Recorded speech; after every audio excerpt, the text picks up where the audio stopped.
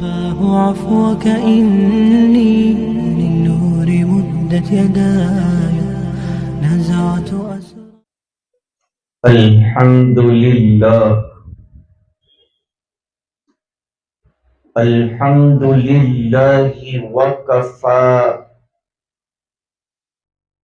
وسلام على عباده الذين اصطفى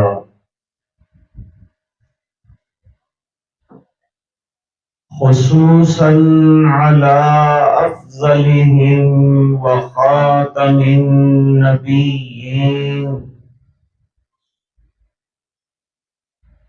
محمد الأمين وعلى آله وصحبه أجمعين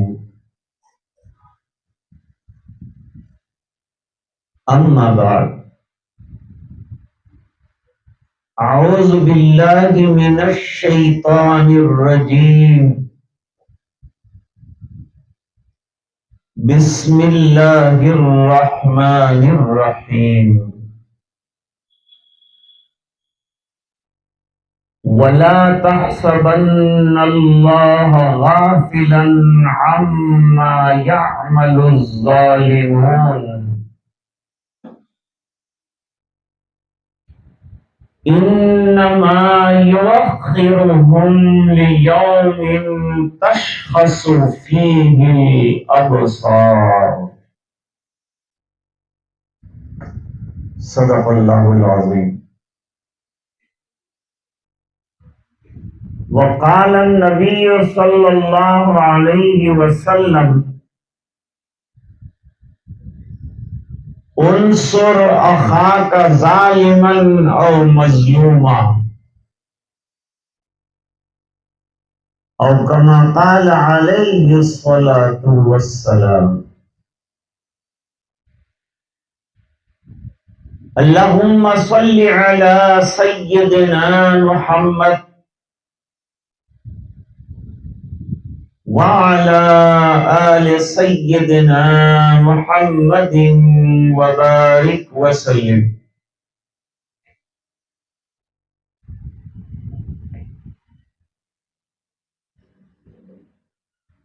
سورہ ابراہیم کی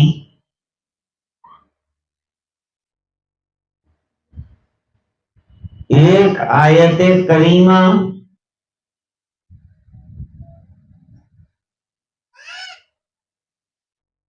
اور بخاری شریف کی کتاب المظالم والقصاص کی ایک حدیث شریف آپ کی خدمت میں پیش کی.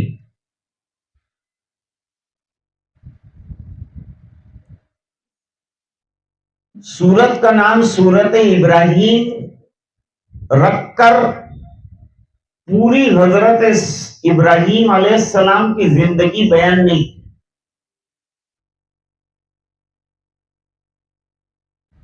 بلکہ ابراہیم علیہ السلام نے جو مخصوص دعائیں فرمائی تھی ان کا تذکرہ کیا ہے. اس سے سورت کا نام ہو گیا سورہ ابراہیم.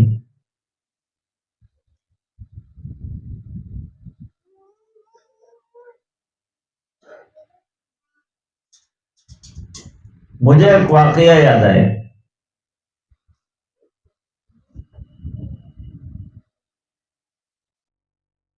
بابری مسجد کی شہادت ہو رہی تھی.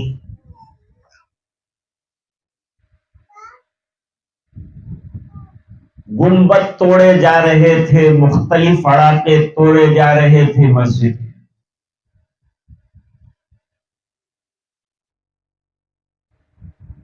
اور مسلمان غم میں ڈوبے ہوئے تھے.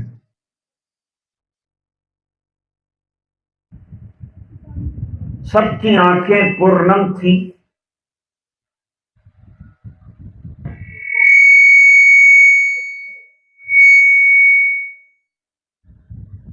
تو ظاہری بات ہے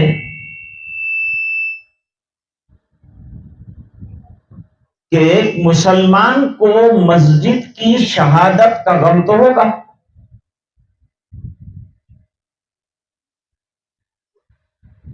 کیونکہ مومن کا کام ہے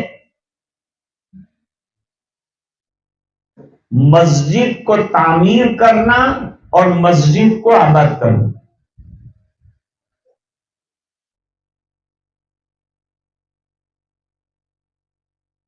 مسجد کی ظاہری تعمیر بھی مسلمان کرے گا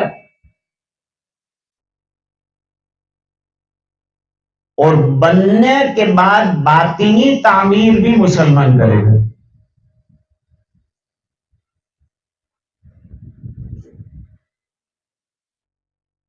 کیونکہ مسلمان کی زندگی میں نماز سب سے زیادہ اہم ہے،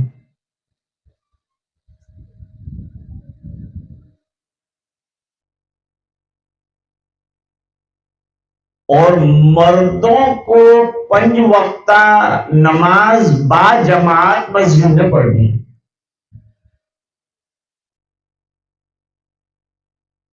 اس سے مسجد کے انوار اور برکات اطراف کے گھروں میں بھی پھیلیں گے اور نماز پڑھنے والے کو بھی ملیں گی۔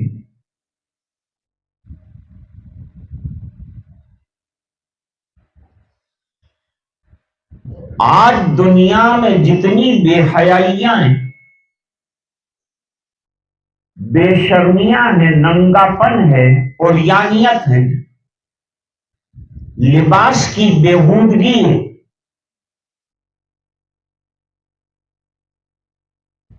جو خاص طور سے عورتوں کے اندر نظر آتی ہے،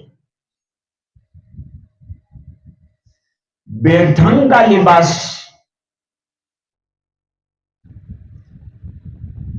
خواتین کو چاہیے کہ لباس عمدہ سے عمدہ پہنو، اچھے سے اچھا پہنو، لیکن جسم کو ڈھانکنے والا پہنو۔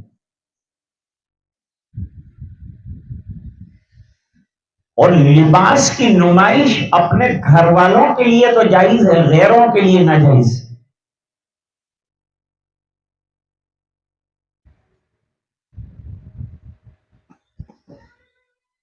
یہ ننگا پن گناہوں کی بہت زیادہ محتاط، زیادتی، زنا کی کثرت،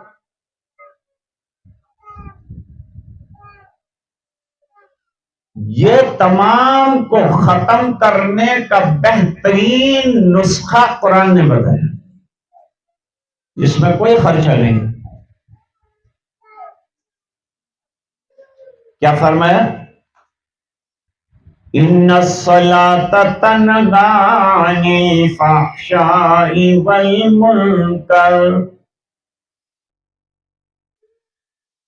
خالی دنیا نمازوں پر آ جائے، ماں بہنیں نمازوں پر آ جائے، بھائی نماز پر آ جائے، بے حیائیاں دور ہو جائیں۔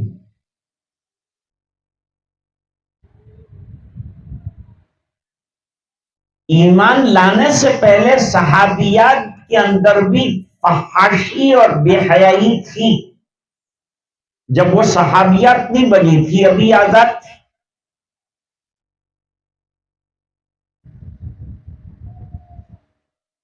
اسلام نے آ کے پابندی لگائی، بےہودہ آزادیوں کو اسلام پابندی لگاتا ہے۔ فرمایا وَقَرْنَ فِي بُيُوتِكُنَّ وَلَا تَبَرَّجْنَ تَبَرُّجَ الْجَاهِلِيَّةِ الْأُولَىٰ وَأَقِمْنَ الصَّلَاةَ وَآتِينَ الزَّكَاةَ وَأَطِعْنَ اللَّهَ وَرَسُولَهُ۔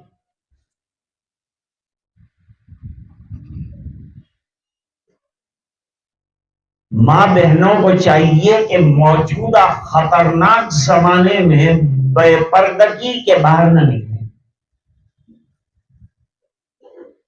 شدید ضرورت کے وقت باہر نکلیں،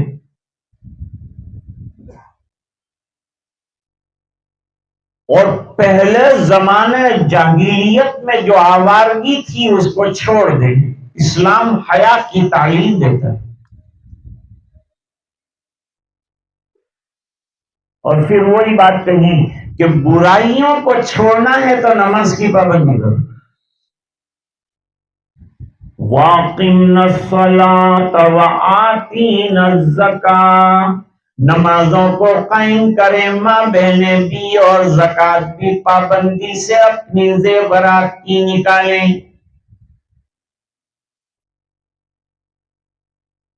اسلام کی تعلیمات نہایت سادہ پیاری. انسان اگر اختیار کرتا ہے تو اچھا انسان بن جاتا ہے، کام کا بن جاتا ہے.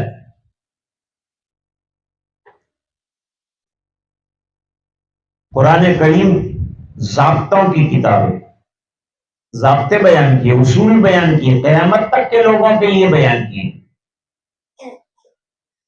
فرمایا ان الصلاۃ تنہی عن الفحشاء والمنکر، نماز کھلم کھلا بے حیائیوں سے روکنے والی عبادت ہے.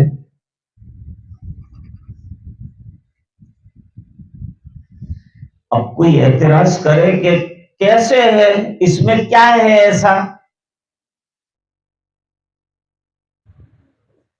تو بعض چیزیں دیکھ کر کرنی ہوتی ہے، بعض چیزیں کر کے دیکھنی ہوتی. نماز شروع کرو، دیکھو زندگی میں انقلاب آتا ہے کہ نہیں. ماں بہنیں گھر میں پابندی سے نماز پڑھیں، دیکھو گھر کا ماحول بدلتا ہے کہ نہیں. بے پردگیاں ختم ہوتی ہے کہ نہیں، گھر میں اچھائیاں، خوبیاں، نیکیاں، حسنات آتی ہیں کہ نہیں.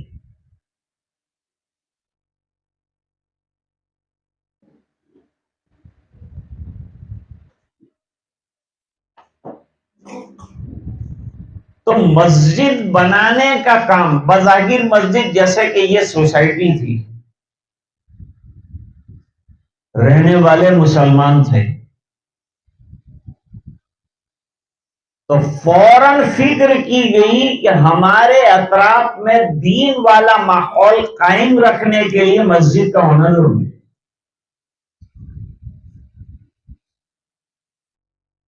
آج الحمدللہ 4 سیکٹر کے لوگ برابر مسجد کے اندر آتے ہیں اور ان کی نمازیں سمجھنی. پوری سوسائٹیوں کا ماحول الحمدللہ دینی ہو چکا.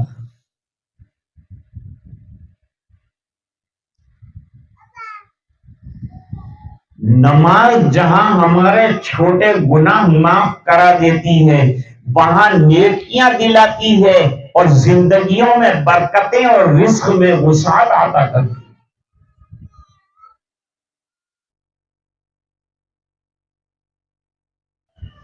تو اللہ تعالیٰ قرآن میں فرماتے ہیں انما یعمر مساجد اللہ من آمن باللہ والیوم الآخر وَأَقَامَ الصَّلَاةَ وَآتَى الزَّكَاةَ وَلَمْ يَخْشَ إِلَّا اللَّهَ.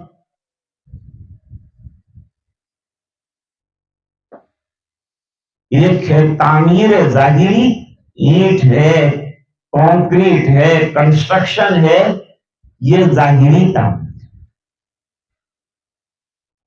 اور اندر نمازوں کا قائم ہونا، یہ نماز کی باطنی تعمیر ہے.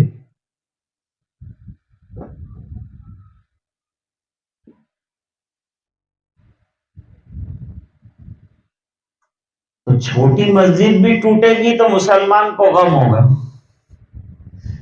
تاریخی مسجد شہید ہو رہی تھی تو مسلمان غمگین. شام کا وقت تھا، افریقہ سے ایک بزرگ آئے ہوئے تھے، وہاں کے دعوت اور تبلیغ کے ذمہ دار تھے. لیکن وہ علماء سے بڑا اچھا تعلق رکھتے تھے. تبلیغ والوں کی بڑی کمزوری ہے کہ علماء کو چھوڑ دیتے ہیں، سمجھتے ہیں ہم ہی سب کچھ ہیں. علماء کو چھوڑ دو گے تو کام اندھا ہو جائے گا. علماء کے مشوروں سے چلو، ان سے دعائیں لو، ان سے بیانات کرواؤ، ان کی رہبری لو، اور ان کو اپنے جتھے سے الگ مت سمجھو۔ جو کام آپ جماعت میں چل کے کر رہے ہیں وہ مدرسے میں بیٹھ کے انٹرنیشنل بین الاقوامی کام کر رہے ہیں۔ آ کے دیکھو تو صحیح کبھی مدرسے میں، تو پتا چلے تم کو۔ اپنے کام کو کام سمجھنا اور دوسروں کے کام کو حقیر سمجھنا ہے سب سے بڑی کمزوری ہماری۔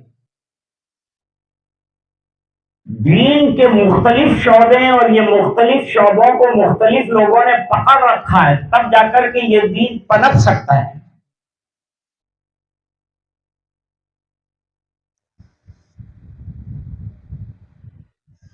چند اندھوں کو پوچھا گیا کہ ہاتھی کس کو کہتے ہیں، تو ایک نے کان پہ ہاتھ لگایا تو کہا سوپڑے جیسے جس کے کانوں سے ہاتھی کہتے۔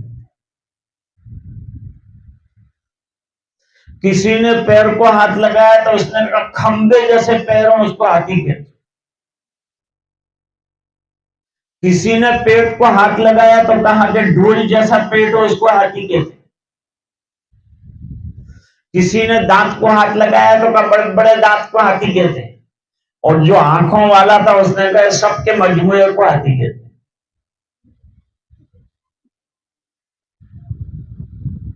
تو بھائی کسی نے جو ہے افتاء کا شعبہ سنبھالا ہے، کسی نے مدرسے کا شعبہ سنبھالا ہے، یہ ہماری نسلوں کو کون سنبھالے گا؟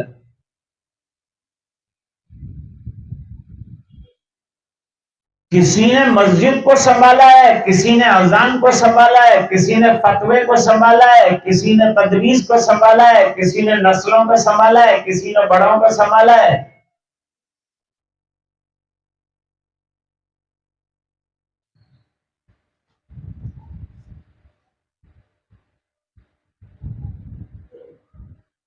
میں ایک مرتبہ گیا تھا مرکز پہ، بیان پورا ہو گیا تو پیچھے سے کسی نے ہاتھ پھیرنا شروع کیا۔ میں نے کہا یہ ہمدرد کون ہے بھائی؟ اچھا یہ موجودہ دور میں تو کون ہاتھ پھیرتا ہے، سب دبے مارنے والے ہیں۔ میں نے کہا فرمائیے محترم کا اللہ کے راستے میں نکلنے کی تشکیل آپ کی کر رہا ہوں۔ جو بہت اچھا، آپ کیا کرتے تھے؟ کہ میں تجارت کپڑے کا دھندا۔ کتنے بھائی تھے؟ کہ 3۔ تم لوگ ترتیب سے نکلتے۔ میرے کو میرا تو کوئی بھائی ہے نہیں، پہلا تو مسئلہ یہ ہے۔ دوسرا ایک کام کر، تو ابھی فارغ ہے، میرے کو مدرسے میں بخاری اور جلالین پڑھا نہیں ہے، تو 3 مہینے پڑھا دے تو میں 4 مہینے نکل جاتا ہوں، کہ میرے کو تھوڑی آتی ہے۔ تو میں نے کہا پھر تو تیرا کام کر، میرے کو میرا کام کر۔ وہ بھی دین ہے، یہ بھی دین ہے، سب دین کا کام کر رہے ہیں۔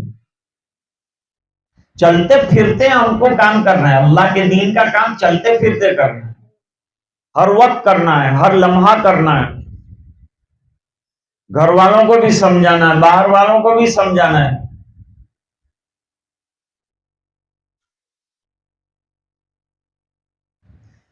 ہم طالب علموں کی شکل میں بڑے بڑے ایٹم بم تیار کرتے ہیں، تم چھوٹی چھوٹی گولیاں بناتے ہیں۔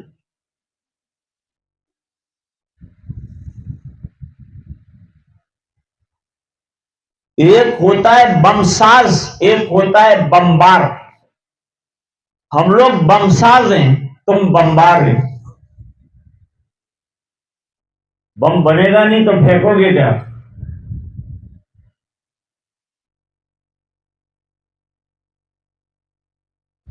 حضرت جو تشریف لائے تھے علماء سے بہت محبت رکھتے تھے، جب بھی آتے تو راندیر میں علماء سے ملتے، انتقال فرما گئے۔ اور تبلیغ کے جنوبی افریقہ کے کھوٹے تھے، وہ میرے والد صاحب کے بعد مصلے پر بیٹھ گئے۔ چھوٹے سے کمرے میں مصلہ بچھا رہتا تھا میرے والد صاحب کا، اسی پر وہ نماز وغیرہ پڑھتے تھے، مطالعہ بھی وہی بیٹھ کے کرتے تھے۔ وہ بیٹھ جاتا، ہمیشہ آتے تو وہاں بیٹھ جاتے۔ حضرت کی برکت والی جگہ میں تو یہاں بیٹھوں گا، صوفہ ہے لیکن میں نہیں بیٹھوں گا۔ اب بیٹھ کے رو رہے ہیں۔ ارے حاجی صاحب کیا ہوا، کیوں رو رہے ہو؟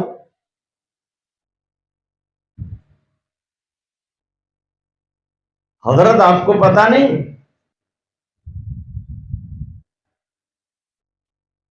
کہا کس بات کا؟ کہا آج ظالم ہماری مسجد توڑ رہے، ٹیلی ویژن پہ دکھایا جا رہا ہے۔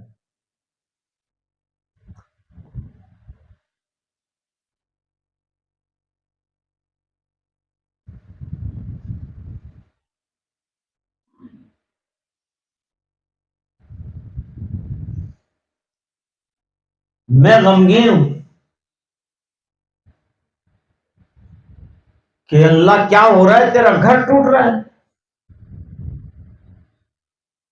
کیا کریں حضرت، ہم لوگ کیا کریں؟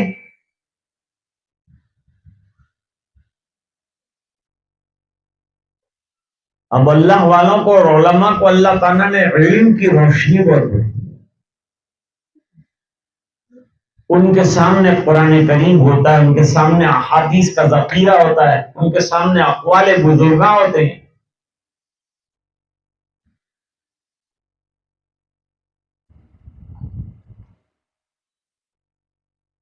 میرے والد صاحب نے قرآن شریف کی آیت پڑھی، لیکن وہ آیت پڑھنے سے پہلے ذرا حاج صاحب کو سمجھائے،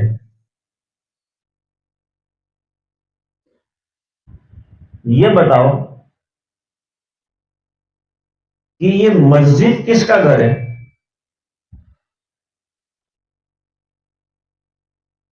حضرت نے جواب دیا مسجد جتنی بھی جو بھی مسجد ہے سب اللہ کے گھر۔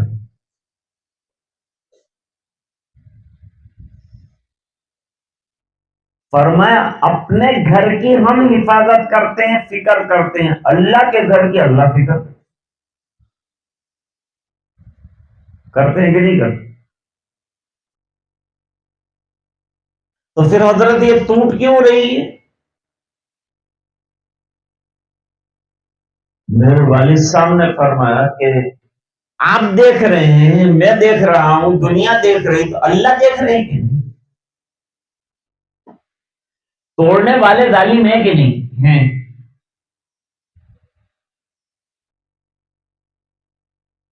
کیا اللہ تعالیٰ بے خبر ہے؟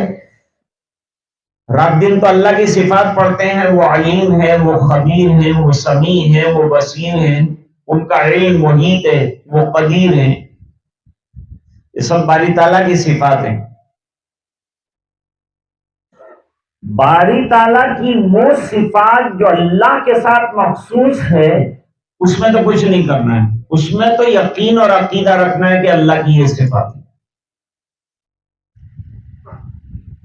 لیکن جو صفات عام ہیں وہ بندوں کو اپنے اندر پیدا کرنی چاہیے، جیسے کہ رحیم ہے اللہ، تو ہمیں اپنے اندر بھی رحم پیدا کرنا چاہیے، شفقت پیدا کرنی چاہیے، نرمی پیدا کرنی چاہیے۔ اللہ سخی ہے تو ہمارے اندر بھی سخاوت کا مزاج آنا چاہیے۔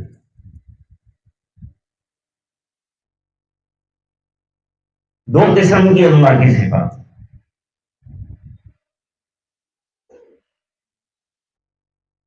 تو اللہ تعالی جو کچھ ہو رہا ہے، اس کا گھر ٹوٹ رہا ہے، اس سے بے خبر ہے؟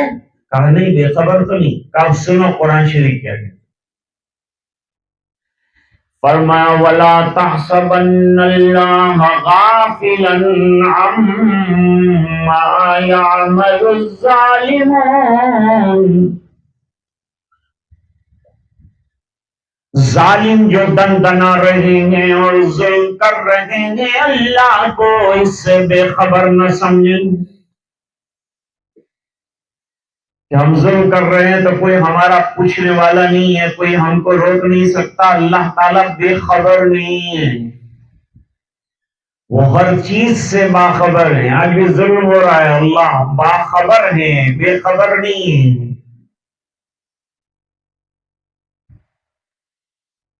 اب سوال ہوتا ہے کہ جب اللہ باخبر ہیں تو پکڑتے کیوں نہیں ہیں؟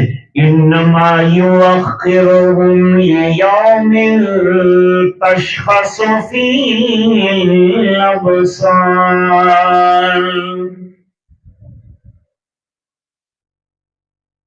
اللہ تعالیٰ اس دن کے لیے انہیں مہلت دے رہے ہیں جس دن ان کی آنکھیں خیرہ ہو جائیں گی، اچک لی جائیں گی، حیران اور مبہوت متحیر ہو جائیں گے،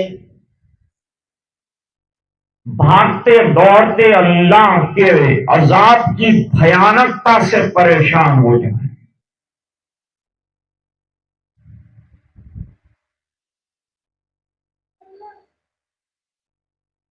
ابرہہ کا لشکر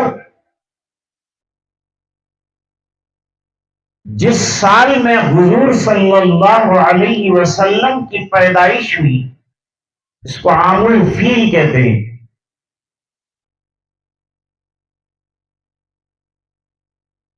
اس میں ابرہہ کا لشکر 60,000 کا تھا۔ مکے والوں نے ہاتھ جوڑ لیے کہ ان کا تو مقابلہ ہو نہیں سکتا، ہمارے پاس اتنی نفری ہے نہیں، اتنی تعداد ہے نہیں کہ ان کا مقابلہ کریں، تو سب پہاڑ کے دروں میں بھاگ گئے، مکانات چھوڑ دیے انہوں نے،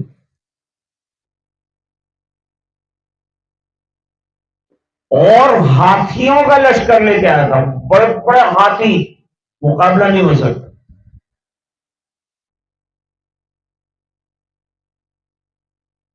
آیا تھا اللہ کا گھر گرانے کے لیے،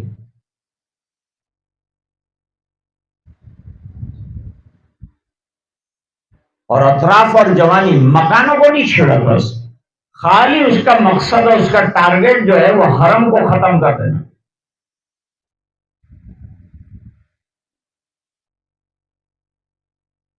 اس نے مکانوں کو نہیں چھیڑا، لیکن اطراف اور جوانب میں جتنے اونٹ چل رہے تھے، جانور چل رہے تھے، وہ سب پکڑ لیے، گرفتار کر لیے، اپنی قید میں رکھیے۔ اس میں کعبۃ اللہ کے متولی عبد المطلب کے اونٹ بھی تھے۔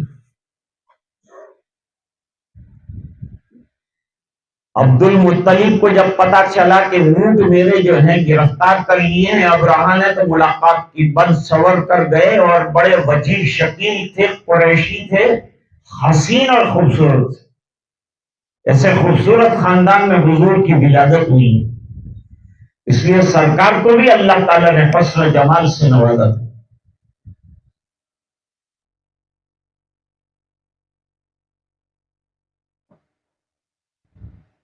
اچھا لباس زیب تن کر کے گئے،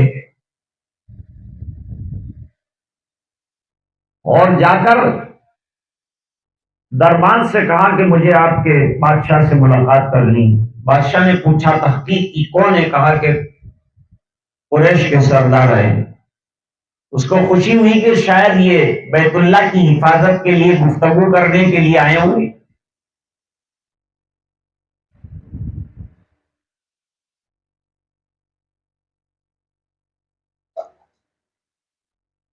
کہا بلاؤ، بلایا تو دیکھا کہ بڑے وجیح شکیل شخص ہیں، متاثر ہوا، اپنے ساتھ بٹھائے اور کہا فرمائیے کیسے آنا ہوا؟ کہا میرے اونٹ چھوڑ۔ بڑا تعجب ہے، آپ کا گھر اور بیت اللہ توڑنے کے لیے آیا ہوں، آپ اس کی فکر نہیں کرتے اور آپ اونٹ کی فکر کرتے ہیں، اونٹ چھوڑ دو۔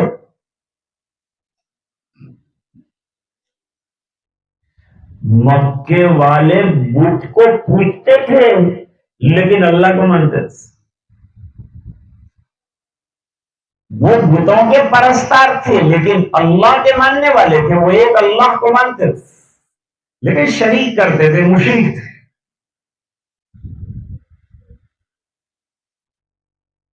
کہا میں اونٹوں کا ذمہ دار ہوں، بیت اللہ کا ذمہ دار اللہ ہے، وہ اس کی حفاظت وہ کرے گا، اونٹ کی حفاظت میری ذمہ داری۔ کتنا یقین تھا! آج مسلمان کو یقین نہیں، یہ جو حالات آ رہے ہیں، یہ ظلم چاروں طرف سے ہم روزانہ سنتے ہیں تو پریشان ہو جاتے ہیں۔ مت پریشان ہونا، چند بکرے مل کر ایک پہاڑ کو اپنی جگہ سے ہٹانا چاہے تو نہیں ہٹا سکتے۔ پہاڑ اپنی جگہ برقرار رہے گا، بکرے ختم ہو جائیں گے۔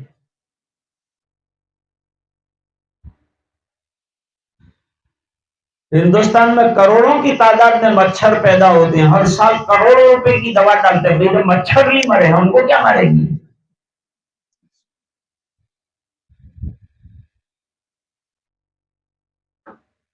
اللہ تعالیٰ نے اس دین کی حفاظت کی ذمہ داری آپ پہ نہیں رکھی، میرے اوپر نہیں رکھی، بلکہ خود ذمہ داری نعیم اختر صاحب نے اچھے شعر کہے۔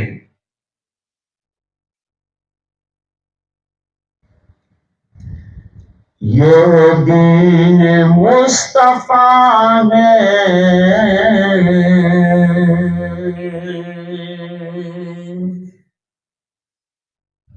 مٹایا نہ جائے گا،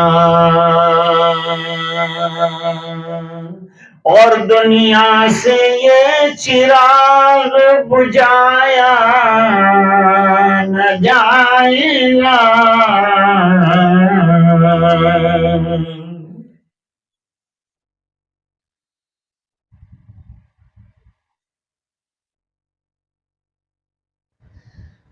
بے زور ہو کے رہیں گی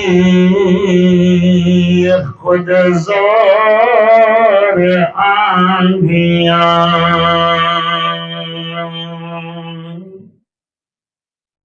ایسا گھنا درخت گرایا نہ جائے گا،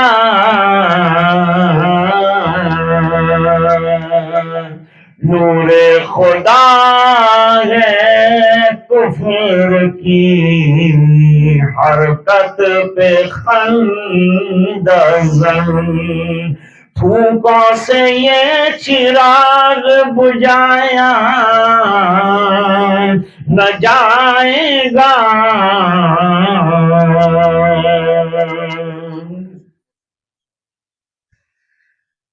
تو یہ ایسا دین ہے۔ اب سادھو جی کیا کہہ رہے ہیں؟ سادھو جی کہہ رہے ہیں کہ چاند کے اوپر جو ہے ہندو راشٹر بنانا ہے، بناؤ بناؤ، چوک سے بناؤ۔ ایک چندریان بھیجا تھا، 75 ملین ڈالر کا خرچ ہوا ہے۔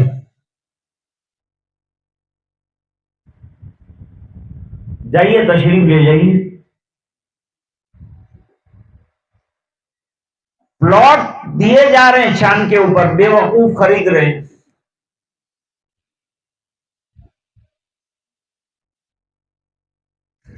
سنسد بھی بے وقوف ہوگی جو ایسا کوئی قانون پاس کرے۔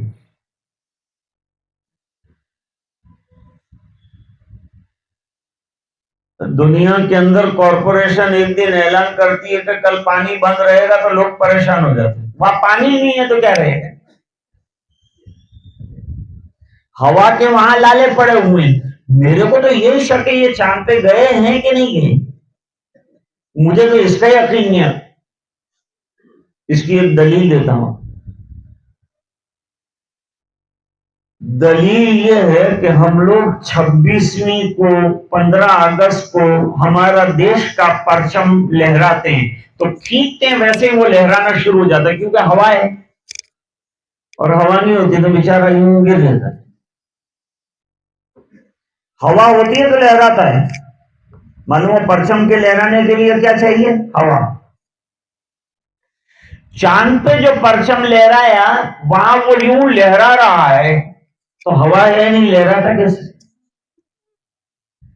کہاں سے لہرا تھا؟ سوامی جی نے کہا کہ کہیں جو ہے یہ یہاں کے آتنکوادی وہاں قبضہ نہ کر لیں، ہم لوگ لکھ کے دیتے ہیں ہم چاند پہ نہیں آئیں گے، ہم نہیں آئیں گے، تم رہو، مودی جی کو لے جاؤ، امت شاہ کو لے جاؤ، یہ لوگ حکومت کرے، دنیا پاک ہو جائے، خاص کم جہاں پر لے جاؤ ان کو، یہ حکومت کرے، ہم کو رہنے دیں آرام سے۔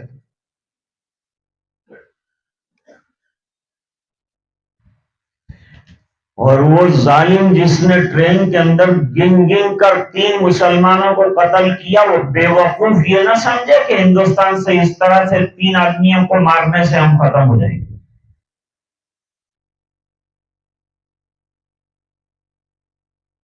ہمارے پاس یہاں 30 کروڑ افراد ہیں، یہ تو ابھی ہم برداشت کر رہے ہیں اور صبر کر رہے ہیں، جس دن نکالی تلوار اور مقابلے پہ آئے نا تو زندگی دوبر کر دیں گے۔ لیکن ہم ابھی کیا کر رہے ہیں؟ ہم تو ابھی غفلت میں ڈوبے ہوئے ہیں، ہم جاگے کہاں ہیں، بیدار کہاں ہوئے ہیں؟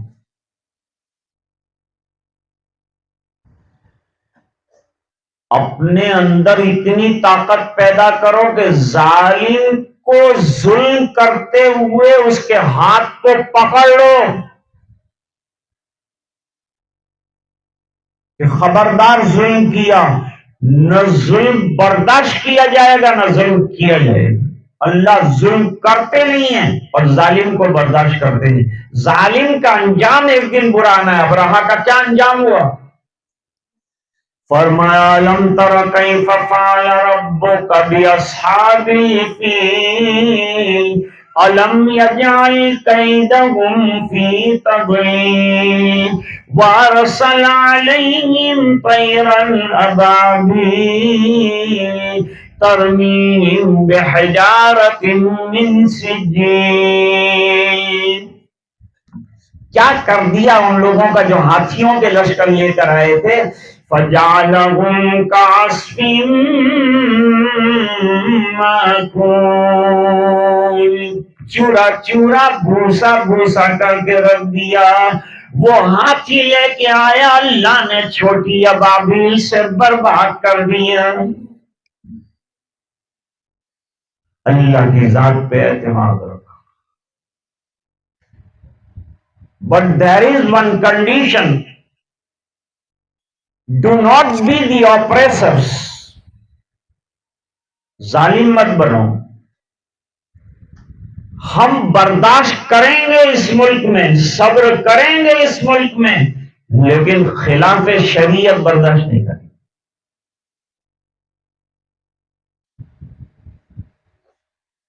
ہم اس ملک میں رہیں گے ہندوستان کے کانسٹیٹیوشن اور دستور کی دی ہوئی آزادی کو مد نظر رکھ کر۔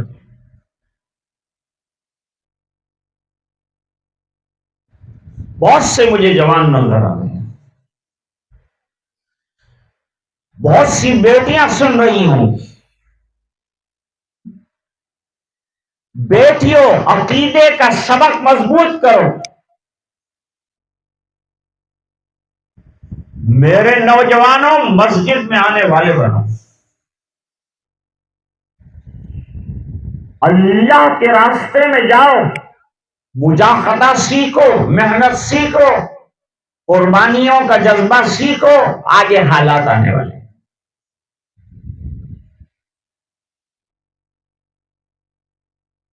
ٹیپو سلطان کو ان کا باپ کانٹوں پر چلاتا تھا۔ ماں روتی تھی کہ میرے شہزادے کو کانٹوں پر چلاتے ہو، پھولوں کی سیج پر چلانا تھا۔ فرمایا جس قوم سے اس کا مقابلہ ہے وہ اس کو آگ پر چلانے والی، اس لیے میں اس کو مشق کرا رہا ہوں کہ حالات آئیں تو یہ بچھل نہ جائیں، ظالموں کا مقابلہ کرنا سیکھیں۔ تو ابھی ان پر حالات کیوں نہیں آ رہے ہیں؟ اللہ نے مہلت دی۔ اللہ کتنی مہلت دیتے ہیں؟ فرعون کو 600 سال کی مہلت دی۔ نہیں آتی بات سمجھے؟ قرآن کا مطالعہ کرو، سیرت کا مطالعہ کرو۔ ہم کو کہیں باہر جانے کی ضرورت نہیں، ہمارے مسائل کا حل ہمارے پاس موجود ہے، ہم کسی غیر کے پاس ہاتھ پھیلانے نہیں جائیں۔ قرآن قیامت تک کی آپ کی رہنمائی کرے گا اور احادیث مبارکہ آپ کو روشنیاں پردان کریں گی۔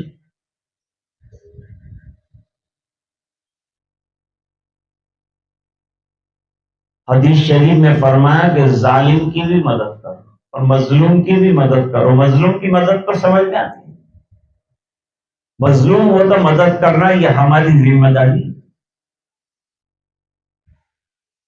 لیکن ظالم کی کیسے مدد کریں گے؟ صحابہ کرام نے سوال کیا. صحابہ کرام بہت کم سوال کرتے تھے, لیکن جہاں بات سمجھنا ہے سوال کرتے.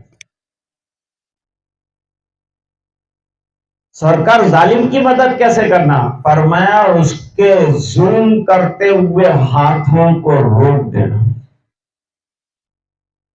اس کو سمجھانا کہ ظلم اچھا نہیں ہے اور ظلم کرنے والے کامیاب نہیں ہوئے, دنیا میں بھی سخت سزا سے دوچار ہوئے اور وہاں کی سزا تو ابھی منتظر ہے. آج کی بات اسی پر ختم کرتے ہیں اور دعا کرتے ہیں کہ اللہ تعالی ہم سب کو دین کی اچھی اور سچی سمجھ عطا فرمائے. سنگین حالات میں ہمیں اللہ کے گھر کی طرف, قرآن کی طرف, سنتوں کی طرف رجوع کرنے والا بنائے. ماں بہنیں گھروں میں قرآن پڑھیں, نماز پڑھیں, توجہ دیں, تہجد پڑھیں, ذکر کریں, اللہ سے مانگیں اور اپنے گھریلو حالات کو درست کریں, حیا اور شرم کا سبق پڑھیں اور اپنے بچوں کی اور بچیوں کی دینی تربیت کا خیال رکھیں.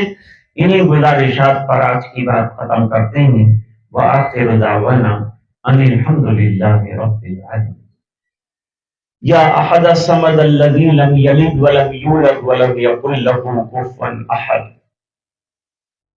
یا اللہ یا رحمان یا رحیم یا حنان یا منان یا دیان یا رحمان ارحم وانت خیر الراحمین. اللہم صلی علی محمد وبارک وسلم. ظلمنا انفسنا وان لم تغفر لنا وترحمنا لنكونن من الخاسرین. ربنا لا تجعلنا فتنة للقوم الظالمین ونجنا برحمتك من القوم الكافرین. لا تؤاخذنا ان نسینا واخطانا ربنا ولا تحمل علينا اصرا كما حملته على الذين من قبلنا ربنا ولا تحملنا ما لا طاقة لنا به واعف عنا واغفر لنا وارحمنا انت مولانا فانصرنا على القوم الكافرين. ربنا لا تجعلنا فتنة للقوم الظالمين ونجنا برحمتك من القوم الكافرين.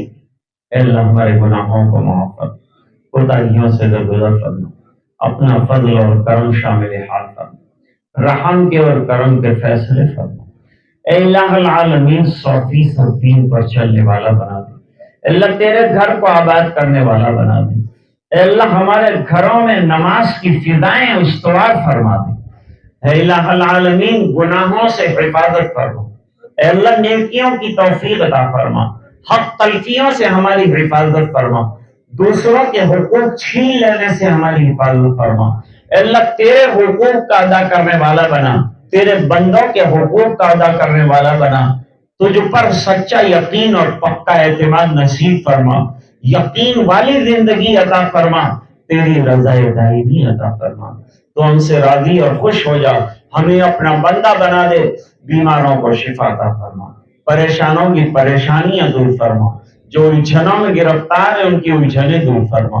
اے الہ العالمین پورے مجمع کی مغفرت فرما, امت کے ایک ایک فرد کی مغفرت فرما. اے اللہ جن حضرات نے یہ پروگرام ترتیب دیا, محنت کی, قربانیاں دی جانی مالی, ان کو جزائے خیر عطا فرما. اے اللہ یہ دعائیں اپنے فضل و کرم سے قبول فرما. سبحان ربک رب العزت عما یصفون والسلام علی المرسلین والحمد للہ تعالی رب العالمین برحمتک یا ارحم الراحمین.